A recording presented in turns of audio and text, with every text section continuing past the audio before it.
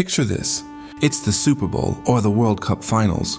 Everyone around you is losing their absolute minds. They're screaming at the TV, hugging strangers, maybe even crying because a guy they have never met dropped a ball. And then there's you. You're sitting there, looking at the screen, then looking at them, and you feel nothing, literally zero emotional reaction. And be honest, in that moment, you've probably asked yourself, is something wrong with me? Am I broken? Why can't I feel the hype? Well, stick around, because I'm about to validate that feeling in a way nobody else has. You aren't broken, and you definitely aren't boring. In fact, psychology suggests that your brain has a very specific, rare glitch, if you want to call it that actually protects you from one of the biggest psychological traps in modern society. By the end of this video, you're going to realize that not caring about sports isn't a lack of passion. It's a sign of a completely different operating system, one that prioritizes reality over illusion. See, to understand you, we have to look at the sports brain. Humans are wired for tribalism.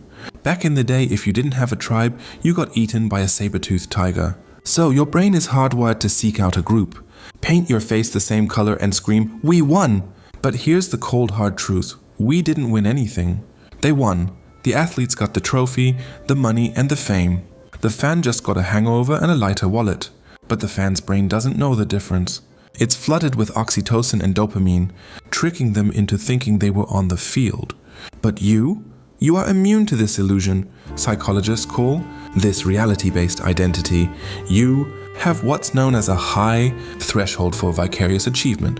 That's a fancy way of saying your brain refuses to release happy chemicals just because someone else did something cool.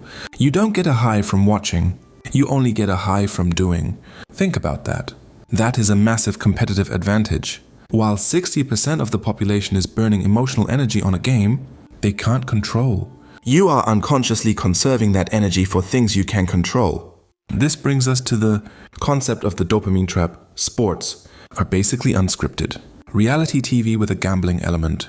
It's addictive because it's unpredictable. The fans are hooked on the maybe. Maybe we win, maybe we lose. It's the same psychological hook as a slot machine. But your brain, it hates cheap dopamine. You likely fall into a personality type that values competence and autonomy. You could get your kicks from solving a complex problem, fixing something in your house, learning a new skill, or building a business. You crave earned dopamine, not borrowed dopamine. You don't want to watch the hero. You want to be the hero. And let's get real for a second about the social aspect. People probably tell you, bro, you're no fun, just enjoy the game. But have you noticed that sports conversations are often just safe, surface level filler?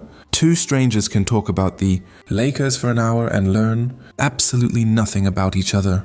It's a social crutch. People who don't watch sports are often forced to develop better conversation skills. You have to talk about ideas, future plans, technology, or philosophy because you can't hide behind the "did you see that catch?" line. This actually makes you more interesting, not less. You're playing the social game on hard mode, which builds deeper connections. There is also a main character energy to this. Think about a video game. There are the NPCs, the non-playable characters, who stand on the sidelines, cheering as the hero runs past.